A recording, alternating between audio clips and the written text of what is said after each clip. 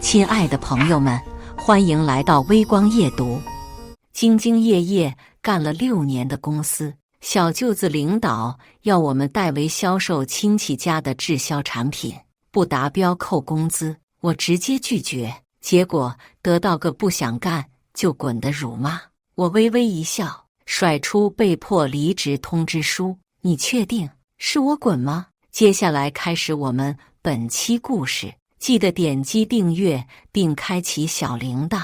早上刚坐上工位，手机里便收到了 HR 的信息：秦怡可，来503会议室，有事找你。我心内一沉，都说裁员总是突如其来的，但我并不如何惊讶，毕竟心中早有预料。毕竟我昨天刚把自己的直属领导对了，还是在群里。我就职于一家广告公司的文职岗，初入公司时，公司并不成气候，勤勤恳恳6年下来，公司逐步壮大，终于小有规模。结果钱还没赚到多少，不少高层开始借机塞自家便宜亲戚进来，在无关紧要的部门当个小职位，但是总是动不动就恶心普通员工。恰巧行政部门就是高层眼中最无关紧要的部门，于是我的直属领导就变成了某位领导的小舅子徐泰雄。此人典型的手握一点权力就要无限享受权力附加红利的中年人。从前部门氛围融洽，大家平等交流，齐心共事，日子过得松快愉悦。自从徐泰雄来后，整个部门仿佛都变成了他的丫鬟太监。更恶心的是，他3不5时在部门群里发送自己老家亲戚卖不出去的滞销产品，严令部门所有人都要按月指标销售指定份额，未达标则扣工资。前几次不是号称土特产茶叶，就是各种3无化妆品，大家不是蹭脸让亲友买，就是忍气吞声自己掏钱消化，不是传销胜似传销。前几天部门接了急活，每个人都忙得上蹿下跳，徐泰雄又在这当口要我们推销牛奶，眼看着他又在群里吆喝到期都要清算每个人卖出数目，不达标扣工资。我两眼一黑，我不惯着这孙子了，拿起手机噼里啪啦就是在群里一阵输出。我不卖，我也不接受这样的不合理扣工资。为什么要员工天天消耗自己的人际关系为上级处理临期滞销产品？如果强行扣工资，我们就直接走劳动仲裁吧。发完消息，办公区域一片寂静，新来的小妹在桌底悄悄向我竖起手指。我没说话，因为心里在倒数。果然，徐泰雄气冲冲甩开办公室门，冲到我面前。看着他暴怒的神色，我悠悠道：徐总，到点了，我下班了。说完便哒哒哒离去。正想着，手机里又传来急促的滴滴声：请你立刻过来。同事们担忧地看着我，我在脑海里迅速过了一遍副稿，镇定起身，来到会议室。一脸得意的徐泰雄早已和 HR 王姐并肩坐在主位。王姐轻咳一声，严肃看向我。我悄悄伸手入兜内，按下手机录音键。是这样的，秦怡可小姐，鉴于你的直属领导徐总的反馈，将对你做出辞退处理。为什么辞退我？徐泰雄递上几张纸 ，HR 装模作样的翻了一翻。你的考核不达标，也不服从公司临时的工作安排，不符合我们的用人标准。我开始盘逻辑，我记得我是按文职坐班岗应聘进来的，为什么徐总最近屡屡要我出外勤，还要干销售的活？就算这样，除了拒绝代销徐总亲戚的私货，各项工作任务我都已认真完成，哪里不达标？我说的话句句事出有因。自从我不配合销售开始，徐泰雄便处处刁难我，精心为我增设了几个从未有过的工作岗位。先是要我拿着充电器，逐个排查公司上下7层楼的插口是否出现问题，美其名曰翻新，测完也不见有动静。那几天的我像是《甄嬛传》里数砖的静妃，公司上下哪个插口松了，哪个插口不灵，我都清清楚楚，在其位谋其事。我把每一个插口的损耗情况都一一拍照记录在册，整理成表格发送给他。因为不合理扣工资对他是一回事，但我只要再值1天，就得兢兢业业，不让他抓到把柄。但从意识到他有意刁难我，我也开始有意识地收集证据，和他的电话闭录音、文字交流，必须把事情说得清清楚楚。每一份任务也留存进度记录。他显然没想到我真能完成，难度升级，又要我跑遍整城，把大大小小40几个张贴了公司设计的广告的商场都拍照。不仅如此，还要我实时监测广告前路过的人流量。凛冽寒风里，我冻得哆哆嗦嗦。日均站室外6小时，但终究还是圆满完成了任务，没给徐太雄留下小尾巴。此时徐太雄显然早已按钮不住，甩脸子冲我怒吼：一个破文职岗，留在公司也是吃干饭，让你干点小事怎么了？这么吃不得苦，公司要你有什么用？秦怡可，你又不是销售岗的业绩冠军，公司离了你也能转，真当自己天王老子了？我气急反笑，这人自己当天王老子，在部门作威作福，现在倒把这口锅扣我头上了。我依然冷静，一字一句说得清楚。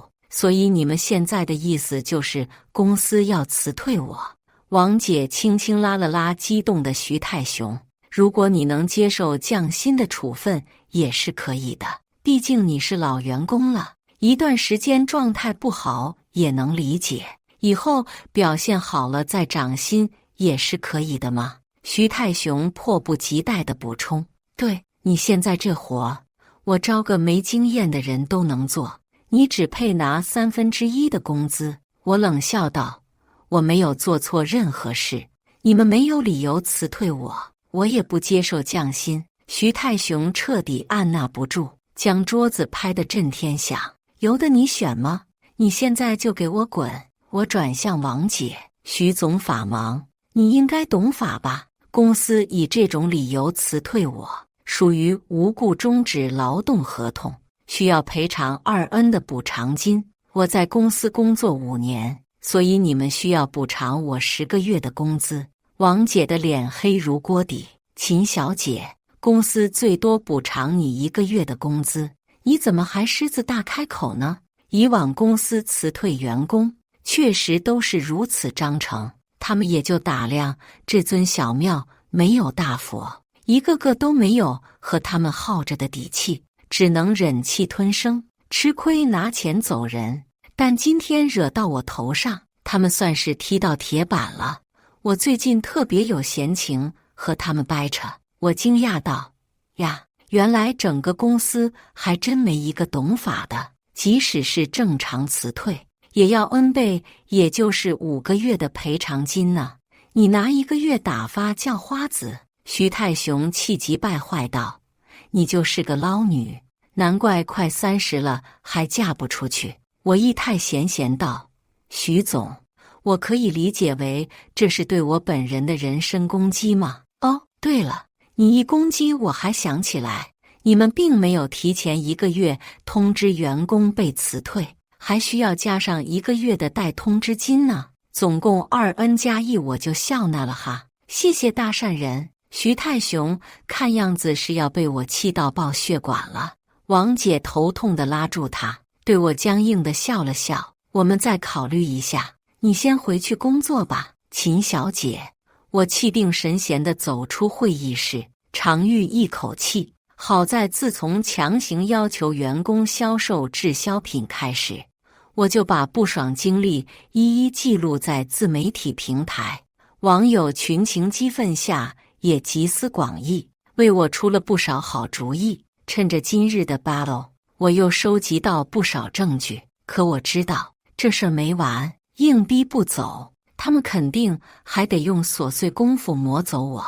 不急，逢山开路，遇海架桥呗。还没等我缓多久，徐泰雄就阴沉着脸走出了会议室。大概是圈嘱咐了他什么，这次他并没有那么嚣张，但依然臭着脸把资料甩我桌上。接下来1周去 A 市、B 市出差，去监测这上面写的这些商场的车流人流，做市场调研要用。他像报菜名似的报了一堆市名，平均下来一天要去2个市，感情把我当空中飞人使了。我笑了笑道：徐总，这些路上的交通费、住宿费怎么算？是走公账报销吗？他没好气道：你入职没做过培训，没看公司规章制度，你不属于符合报销条件的人员，费用自己处理。我简直要被气笑，头一次见如此无脑的人，大概以为自己凌驾于法律之上。我依旧不慌不忙道：那恕难从命了，徐总，我确实是不符合报销条件的坐班人员，出差这活不归我干哈。徐泰雄气得青筋暴跳，忍了又忍，公司只报销交通路费，去了那边住客户的员工宿舍。那我去了那边和谁联系？员工宿舍条件如何？我要带被褥吗？具体位置在哪里？在此期间我如果出了什么意外，算工伤吗？公司负责吗？徐泰雄被我连珠炮般的问题问得发懵，终是破口大骂：公司还要专门给你配保镖、保姆助理是吧？如果你出不了差，就是不服从工作安排，立刻给老子滚蛋！付费点，嘿，等的就是你这句话。徐泰雄气急败坏离去，我立马给人事发消息：王姐，能把我的劳动合同发给我看看吗？对方迅速敲过来一个问号：是这样的，徐总让我去做销售的活，不做就滚蛋。我想看看我们的劳动合同有签我要做出差外派的活，不做就滚蛋这一条吗？好半天，王姐才慢吞吞回了几句：小秦啊，徐总也是在气头上，你别当真，先去出差吧，一切差旅费公司报销。那也行，多混一天也多一天工资。我拾掇便赶往机场，正辗转在各市间拍照时，收到了妈妈的短信：你奶奶去了，你快回家看看吧。我第一时间拨通徐泰雄电话，他立马挂断，在微信里回复打字说：徐总，我奶奶去世了，我要请丧假回家2天。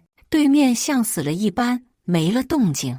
我也懒得再说，原样发给人事一份，便踏上了回家的火车。2日后，一切事毕，我急匆匆赶回居住地。归程的高铁上，我便收到了新人小妹的短信：秦姐，不好了，徐总又在这儿借题发挥呢，说你无故旷工2日，严重违反公司章程，要把你辞退。就知道他不回消息是不安好心。姐，对不起啊，我实在没办法帮你说什么话，丢了这份工作，下个月我也要喝西北风。我泰然回道：没事，理解。不过小妹，你能帮我一个小忙吗？你说。小妹活泼开朗，在人事部也有交好的小姐妹。我在小妹的帮助下取得了劳动合同，在咨询了律师朋友后，心里便有了一番计较。当日我并未急着回公司，而是回家激情起草了一份文件。看着文件上的条条罪证，我满意的伸了个懒腰：徐泰雄，等着明天送你的惊喜大礼吧。第2天回到公司，一刷卡显示我已无权限。果然如此，我了然地举起手机，随着人流混进了电梯，一路拍下进门上楼的视频，作为打卡凭证。一路来到工位，我桌上的东西已被全部潦草塞进一个破纸箱。徐太雄带着几个膀大腰圆的保安，扬武扬威地站在我桌前，看见我来了，下巴一抬：“秦怡可，你已经被辞退了，拿着你的破烂快滚！”我不慌不忙道：“徐总，你这又是闹哪出？你多次不服从工作安排，接连旷工，公司用不起你这样的员工。”我气笑了，我请的是丧假，公司规章里写得清清楚楚，父母、爷爷奶奶、外公外婆去世都可以请丧假。我在工作时间内第一时间向徐总、人事王姐告假，你们故意拖着不回复，反倒说是我旷工。徐太雄洋洋得意道：“你凭什么说我是故意拖着？别人和我请假都是得到了回复再离开的，就你搞特殊，你既没有对领导应有的尊重，也没有对工作应有的尊重。”我扶额：“徐太雄，我给你脸了是吧？一开始我打电话给你，你不接，要我发文字，我马上发了文字过去，3分钟时间你就瞎了，就不回复了。”徐太雄勃然大怒，王姐拉住他，递给我一张辞退通知书。我定睛一看，辞退理由一栏明明白白写着该员工多次旷工，不服从公司安排，至于赔偿，更是一个字也没提。小秦啊，大家好聚好散，不要闹得这么难看是不是？你看，这要是真让保安把你请出去，多伤感情呢。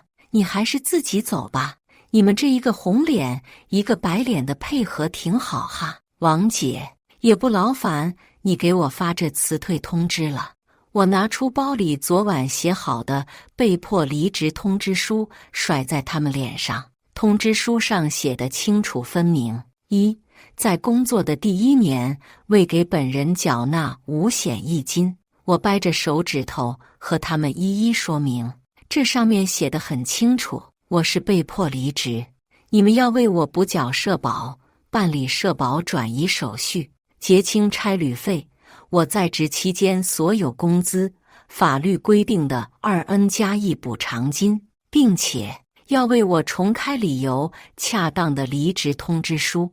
围观同事目瞪口呆地望着我，平时我工作态度认真，但是为人佛系，他们万万没想到我能这么刚。王姐的脸色越听越惨白，大概在后悔为何不同意我当时的离职条件也就算了。徐太雄的脸上寒霜密布，只是他不懂法，只以为我在唬人，依然是最咄咄逼人的那一个。你说赔就赔，你算老几？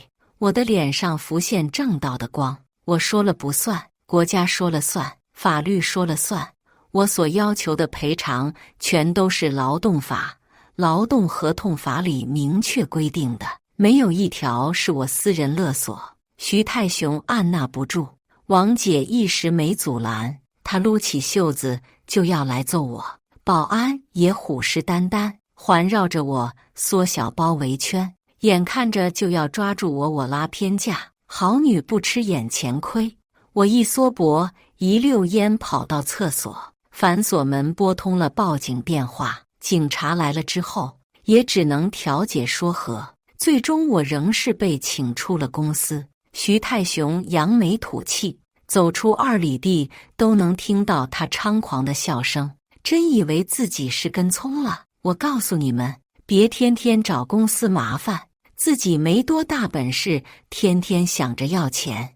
年轻人还是要多吃苦。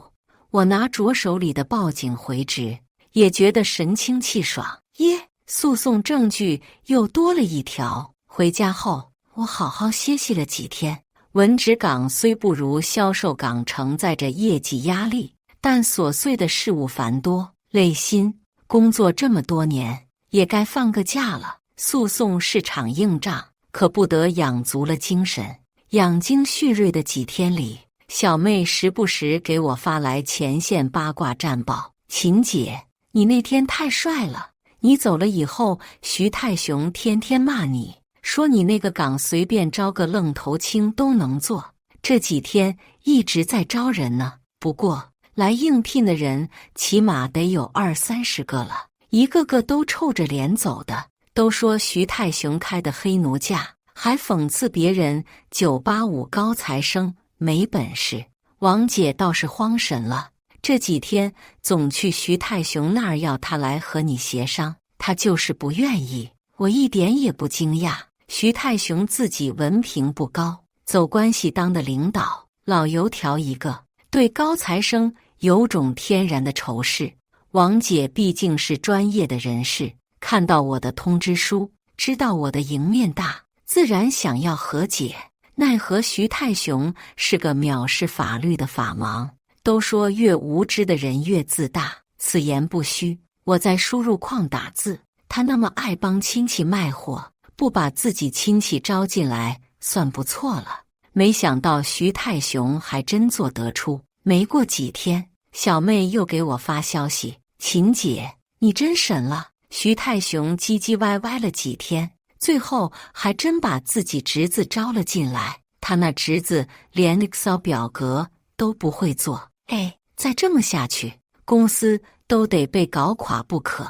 我的嘴角浮出冷笑，看来都不需要我动手，徐太雄自己就能把自己整垮。多行不义必自毙，子姑待之。不过我能推一把，他自然倒得更快一些。没办法，谁让我天生受不得窝囊气呢？休息好了，我立刻马不停蹄地开始准备仲裁相关资料，并积极联系靠谱的律师。通过自媒体平台发表的一系列遭遇，早有许多律师通过网络与我取得联系。我在其中仔细筛查，找到最靠谱的一位吴律师。经他手打赢的劳动仲裁官司多达上千起。这天我前往律所递交材料，并和他沟通仲裁、调解、诉讼的相关事宜。和聪明人讲话就是省心，我和他3下5除2说明白了全情，证据充足，事件明确。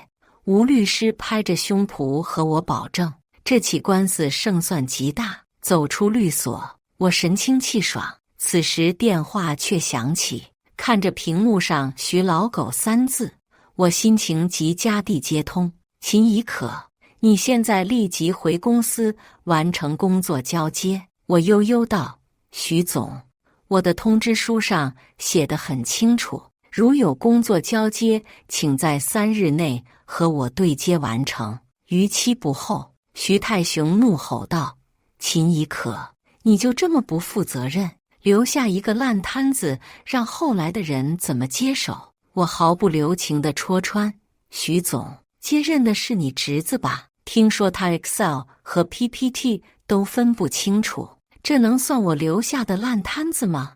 您是让我回去做交接，还是入职培训呢？让你侄子多读点书，这么容易的文职岗是个人都能分分钟胜任的。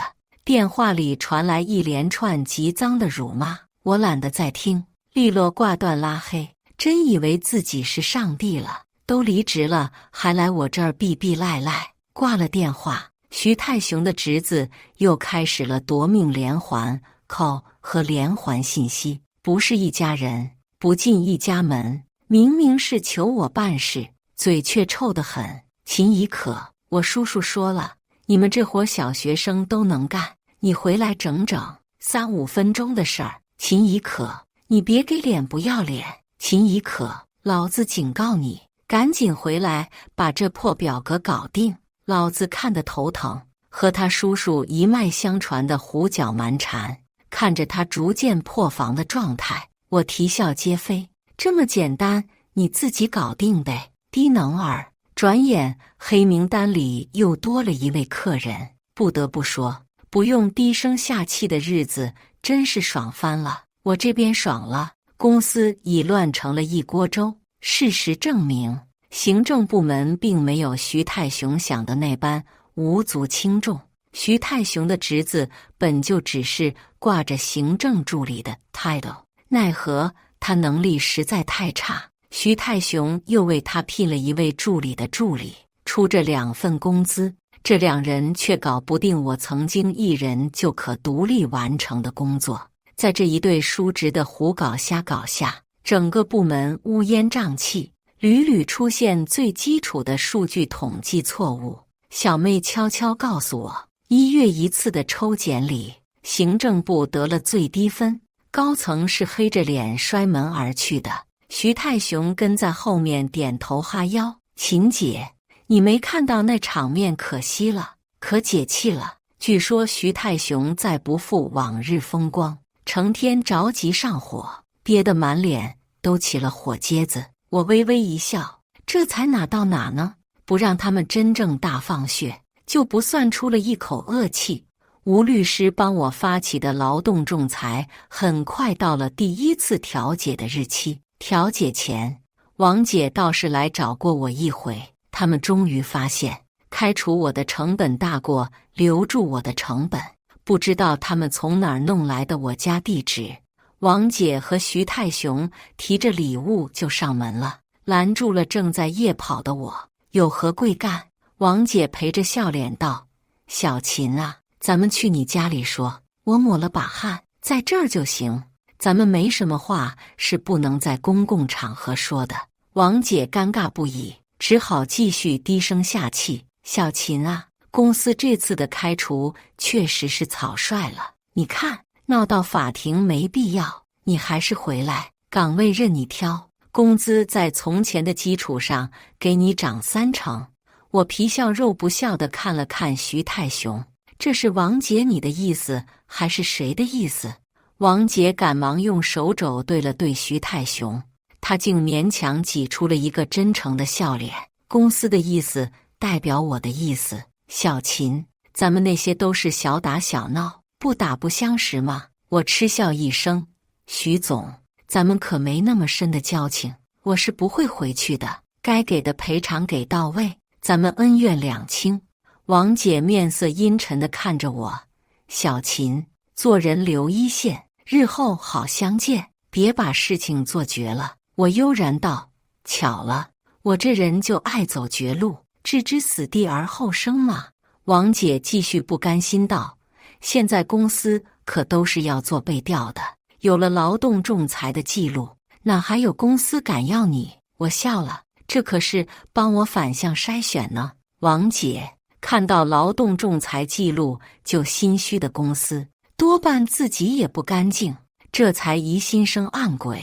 求职本就是双向选择，这样的公司敢要我，我可也不敢去了，就怕再遇到你们这样的人。徐太雄脸上的笑再也挂不住了，歇斯底里地叫喊起来：“咱们走！秦怡可，真有你的，我就不信你一辈子不找工作，只要你找，你看我整不整死你就完了。”我继续火上浇油：“我还真不用找，不装了，摊牌了，我彩票中了上千万，来体验生活，碰到你们这种魑魅魍魉，顺手收拾一下，不客气哟。”王姐和徐太雄以为我故意气他们，嗤之以鼻。这我还真没说谎，天生鸿运。5年前刚入职时就中了1000万大奖，短暂的狂喜后，我左思右想，还是不能和社会脱节。这份工作钱少是少的，做着也没啥，于是便安心干了下来。一干就是5年，5年内，我存着投资的奖金也稳步递增着，这辈子基本衣食无忧了。要不是半路碰到徐太雄这恶心人的货色，我这种扫地僧的生活估计也能过一辈子。现在嘛，能力越大，责任越大。寻常小社畜没钱没能力，和大公司死扛硬耗，那就我来，便宜占多了，还真以为自己就是劳动法呢。看着2人骂骂咧咧离去的背影，我深吸了一口气，金钱的味道真是芬芳啊！为每一位社畜疏通乳腺是我的责任与使命，请叫我社畜侠。第1次调解正式开庭，我这边由吴律师带着，底气十足。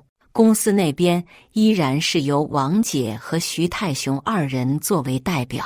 许是上次求和触了大大的眉头，这次二人也不装亲切了，鼻子不是鼻子，眼睛不是眼睛的瞪着我，看着倒是顺眼了不少。法庭之上，他们倒是不敢再说只赔偿1个月工资的绝词，但依然只愿给出 N 个月工资的补偿。吴律师待我断然拒绝，并提出我方诉求：补缴社保，办理社保转移手续，结清差旅费，结清我在职期间所有工资，法律规定的2N 补偿金、代通知金，理由恰当的离职通知书。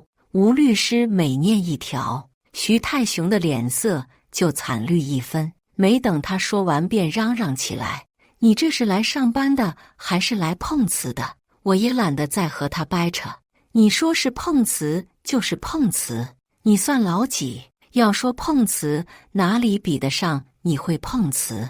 恨不得把全家人马都拉来公司添乱。公司有你这种人，迟早破产。徐泰雄张牙舞爪的狂怒，将桌子拍得山响。秦怡可，你这贱人，老子杀了你！我是万万没想到他的情绪控制差到如此地步，竟然真的矫健地跨越长桌，气势汹汹地冲到我面前。眼看他拳头挥来，我下意识一躲，徐泰雄一拳挥在了墙面上，疼得龇牙咧嘴，却还是再度挥拳。吴律师替我挡住了这一拳，左面颊立刻红肿起来，所幸工作人员及时赶来，控制住了徐泰雄，调解变成了一场闹剧。我向吴律师递上冰帕子，看着他肿胀的面庞，也是心有余悸。吴律师，你还好吧？真的不好意思，连累了你。吴律师摇摇头，凝重道：“秦小姐，你自己也要当心，这类被告者情绪起伏大，很容易做出过激的报复行为。”我心里暗暗长了个心眼，为此撤诉是不可能的。看来防狼电棒和辣椒水要准备起来了。不过最近徐泰雄是不会有机会害到我了。当庭伤人，他被判拘留15日，也算是煞一煞他嚣张的气焰。吴律师紧接着带我向法院提交了起诉申请，我也在自媒体账号上继续更新被迫离职后讨要赔偿的日常，连同徐泰雄的当庭袭击也说得生动分明。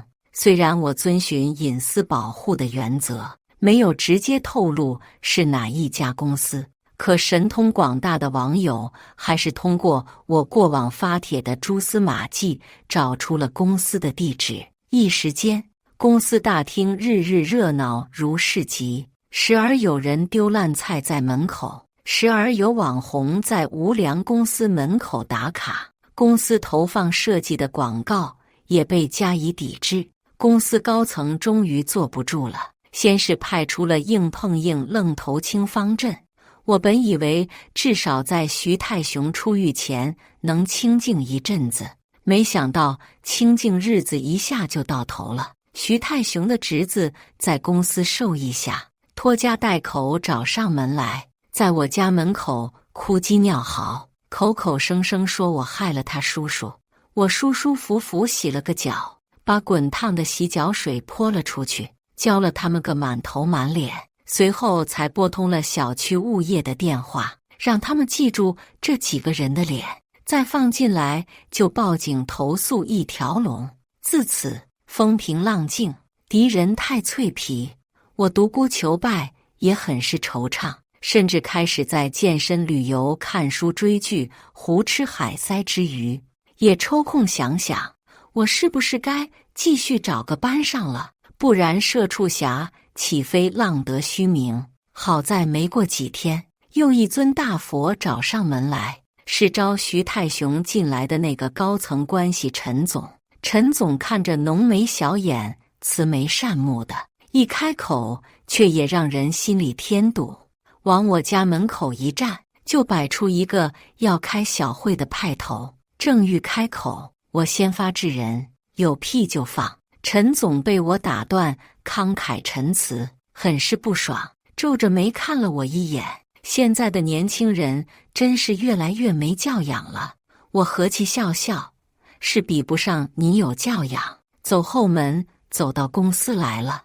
您说我把这桩件写个举报的电子邮件发给董事长，您还能和我在这儿论教养吗？陈总面色一整，你说我走后门有证据吗？小徐能力是很优秀的，领导也很认可他的职位实至名归。我嗤笑道，要是论起溜须拍马，他确实是第一。陈总不以为然道，社交也是很重要的能力。小秦啊，做人留一线，日后好相见。我磕起了瓜子，我和你们没什么好相见的必要。臭鱼烂虾，一路货色，我可不想回那烂泥塘。陈总语塞，我太知道怎么对付这种迂回选手，直球攻击是他们这种经年的老狐狸最招架不住的。乱拳打死老师傅，正是如此。陈总定了定神，继续苦口婆心的思想教育。你还年轻，我们这圈子说大不大，说小不小，你闹这么大一出，以后的路怎么走？我不是为小徐说话，我是为你好呀。现在回头还来得及。我真诚地冲着他笑了笑，抓起一把瓜子，嗑瓜子不？嗑完了我和你说说开庭日期。气走了陈总，再无牛鬼蛇神扰我清静。直到开庭前，公司总算又打电话过来，还是王姐。听小妹说，她因对此事处理不当，惨遭降职。电话里的声音听起来也萎靡不振。秦怡可，公司答应你的赔偿要求，你撤诉吧。如果此事没有引发舆论关注，怕是就算我把徐泰雄送进去了，这官司也得打到底。现在无非是弃卒保车罢了。公司转账倒是爽快，零零总总加起来小30万，几分钟就到了账。我的心情很是愉悦。虽然坐拥千万家财，但蚊子再小也是肉，谁又嫌钱烧手呢？我仍然好心嘱咐道：王姐，和公司说说，以后要给每位员工足额缴纳5险1金哈。开人可以，赔偿也要给到位。要是又碰到我这种硬骨头，就惨了，你说是吧？王姐没好气道：秦怡可，见好就收吧。说完便唯恐避之不及般挂了电话。我倒是想见好就收，可惜树欲静而风不止。刚打完钱，我就收到了小妹的友情提示：秦姐，我听人事说，他们把你拉入了求职的黑名单。这份名单很多企业之间都是共通的，你可得小心呀。我皱了皱眉，虽然我早已不预备再在这个行业继续找第2份工作，但被人背后针对总是不爽。想了想，面对这样情况的人大概不在少数，企业又凭什么凭借过分主观的评判标准设置所谓的黑名单？是否有侵犯他人隐私之嫌？对于已离职员工日后求职造成的困扰，如何清算？以讨论的形式，我将企业黑名单的做法发上了自营账号，一时间引发讨论无数。许许多多的人苦黑名单久矣，有的人只是不会奉承上司，又或是在职时间过短，便被轻易拉入永不录用的黑名单。甚至部分企业之间实行黑名单共享的政策，美其名曰提升选人效率，却让很大一部分人就业受阻。讨论视频的最后，我发出了诘问：公司和员工本是平等的双向选择，黑名单的存在是否打破了这份平等？员工并非任人宰割的鱼肉，而是为企业创造价值的个体。每一个个体都有其自身的价值，不应被并不公平的黑名单轻易磨灭。一旦激起千层浪，随着网络上不断发酵的热议，有关部门终于出手，对企业私设黑名单的行为做出了相应整顿。无数公司私设的黑名单被加以清剿，荡然无存。而部分 HR 甚至因为泄露他人隐私受到了申斥惩处，这其中就有王姐。平日里，她最爱背后嚼舌根，在 HR 的交流群里也格外活跃。一些员工只是因为平时对她不够讨好，或是年轻漂亮，就能引发她的嫉恨，随便安个什么由头变上了黑名单。公司苦王姐久矣，如今终于让她受到了第一步惩罚。不过王姐也不是省油的灯，心怀愤恨的她很快把战火引到了我的头上。只可惜我已离职，公司管不到我头上。倒霉催的徐泰雄就成为了公司的迁怒对象，陈总不再管他。曾经他逼我离职的那些手段都落到了他自己头上，琐碎任务刁难，无顾忌旷工扣工资，禁止打卡，自费出差。有我这个好例子在前，徐泰雄倒也想咬牙硬抗，可他不像我，一人吃饱全家不愁，还有巨额奖金托底，一家老小等着他养，多耗一天都如同千钧重担。更别提那个草包侄子，也在他的连累下丢了工作，天天上他家闹腾。徐泰雄在单位再不复从前趾高气扬的模样，新来的关系户职员都能指使他端茶送水。我听着小妹喋喋不休公司的近况，竟然对徐泰雄产生了一丝小小的同情。可恨和可怜果然是有一线相通的。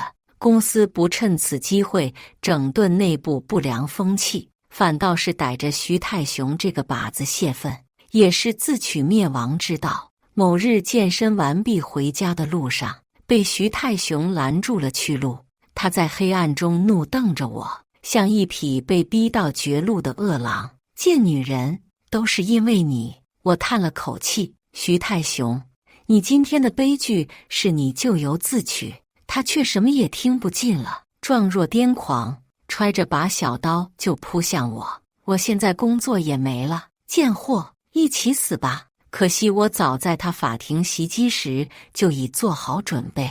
这几个月日日学搏击、撸铁，能是白练的。男女的力量差异并没有大部分人想象的那么难以跨越。更何况徐泰雄只不过是一个早被酒色掏空身体的中年男子。我轻轻松松放倒了他，被压制在地的他依然怒气冲冲地瞪着我，不过把眼睛瞪出眼眶也还是打不过我。我轻轻取下他的小刀，用刀背拍了拍他的脸。徐泰雄一激灵，老实不动了，只是嘴上仍然叫骂不休。我轻声道：徐泰雄，你落到如此田地，你该怪你自己，怪公司，唯独不该怪我。这样吧，我教你个好点子，虽然不能让你官复原职，好歹出口恶气。徐泰雄立刻安静了下来。我俯身在他耳边轻声说道：徐泰雄，一开始你售卖那些滞销品，也不是你一个人的意思吧？你哪里来的亲戚，什么货都卖？公司是不是也有指派给你任务？徐泰雄不吭声，我不以为意，继续说道：据我所知，咱们公司并不是商贸公司，没有食品流通证，是不可以私自售卖饮料、食品之类的吧？你随便举报到工商或市场监管局，一举报一个准。徐泰雄的呼吸突然急促起来。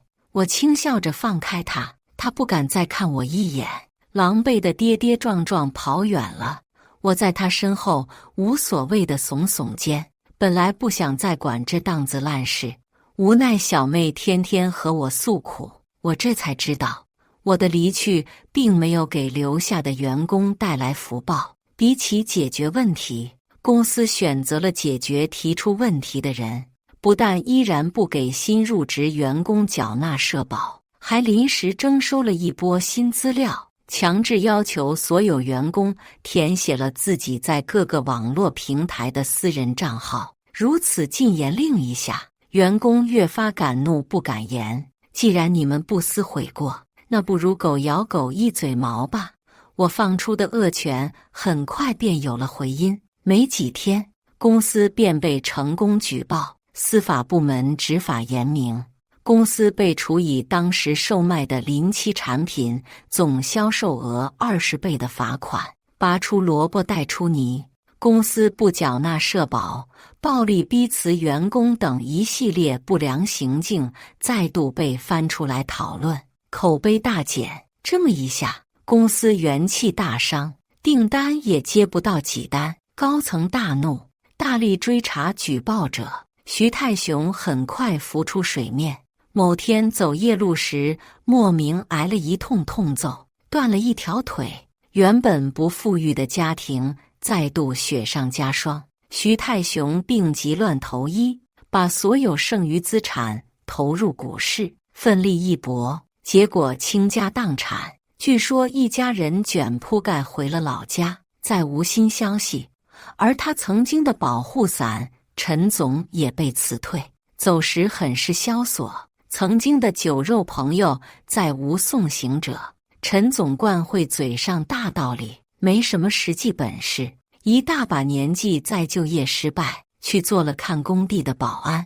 每个人都有光明的未来，或许习惯了以权压人的他们，脚踏实地的在人世间走一遭，反而能活出真实的自己。而公司因为巨大的人事动荡，再难支撑重负，没过多久便宣告了破产。小妹立志不再入无良公司，一番创意下，和昔日大学同窗折腾出一个颇有前景的公司，事业蒸蒸日上。当然我不预备让她知道，我就是她的第一位天使投资人。哦，还漏了一位王姐。公司宣告破产后，她辗转去了另一家小企业，只是职位比上一份工作低了2等，拿着低了2等的工资。王姐成天怨声载道，才人越发狠厉，总带着我不好过，你们也别想好过的私人情绪，如此这般惹来不少仇怨。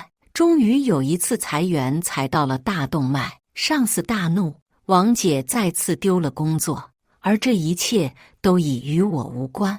某日路过昔日的公司，我起了兴致走进去，正听到新驻扎此地的公司正在为员工缴纳5险1金，如此也算是社畜侠的功德一件。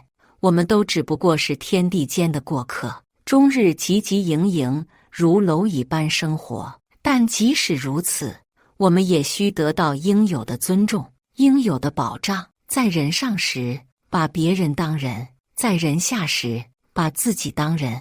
希望社畜侠永远不需要有重出江湖的一日。感谢大家的观看，本期故事精彩吗？欢迎大家在下方评论区吐槽。如果你喜欢这类故事，记得点击订阅微光夜读，并分享给更多的人，这会对我帮助很大。再次感谢大家的观看。